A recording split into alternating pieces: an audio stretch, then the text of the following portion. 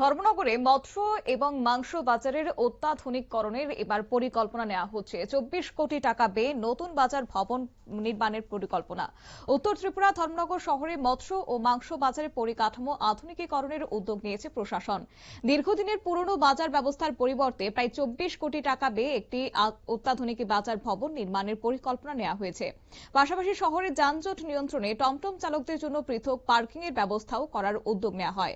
শুক্রবার ধর্মনগর শহরের মৎস্য বাজার ও মাংস বাজার পরিদর্শন করেছেন বিধায়ক জহর চক্রবর্তী। তার সঙ্গে ছিলেন ধর্মনগর পুর পরিষদের চেয়ারপারসন মিতালি রানী দাস সেন এবং মহকুমা শাসক দেবযানী চৌধুরী সহ প্রশাসনের অন্যান্য আধিকারিকরা। তবে বিধায়ক জহর চক্রবর্তী কি জানিয়েছেন শুনুন। পুর পরিষদের পুরো টিম, আমাদের এসডিএম ম্যাডাম রয়েছেন, পুর পরিষদের আমাদের চেয়ারম্যান রয়েছেন, অন্যান্য পুর পরিষদ ইঞ্জিনিয়ারিং টিম সহ অন্যান্য অভিভাবকরা যারা, এবং বাজারের আমাদের যে মৎস্য সমিতির যারা দায়িত্বপ্রাপ্ত ব্যক্তিত্বরা রয়েছেন, সবাই মিলে আমরা এসেছি যে এই বাজারটা যে নতুনভাবে শিফট হচ্ছে। নতুনভাবে আমাদের শুনেছেন, আপনার এসডিএম ম্যাডাম বলেছেন যে নতুনভাবে একটা অত্যাধুনিক মার্কেট তৈরি হতে যাচ্ছে।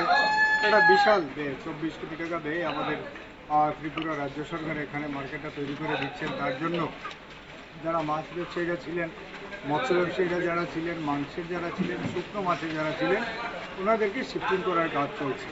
এবং আপনারা দেখতে পাচ্ছেন, এবং আমরা কথা বললাম যারা এখানে দোকানদাররা রয়েছেন ওনাদের সাথে, যে আপনাদের কোনো অসুবিধা আছে কিনা। সবাই বললেন যে আমরা খুব ভালোভাবে এখানে আমরা ব্যবসা করার সুযোগ পেয়েছি। বিগত দিনের ঘর থেকে তুলনামূলক ভালো ঘর এখানে তৈরি করে দেওয়া হয়েছে, যা ওনারা আশাও করতে পারেননি যে এত ভালো ঘর ওনাদের জন্য টেম্পোরারিভাবে তৈরি করে দেওয়া হয়। ঘরে ওনারা ব্যবসা করছেন, ওনারা খুশি, এবং আমরাও পুর পরিষদ এরকম ঘর তৈরি করে দিয়েছেন, আমরাও সেই দিকে খুশি। এবং আমরা প্রত্যেকটা দিকে আমরা নজর রাখছি যাতে একজন ব্যবসায়ীরা যাতে কোনো অসুবিধা না হয়, একজন ব্যবসায়ী যাতে ব্যবসার সুযোগ থেকে বঞ্চিত না হন, সেই দিকে আমাদের দৃষ্টি রয়েছে।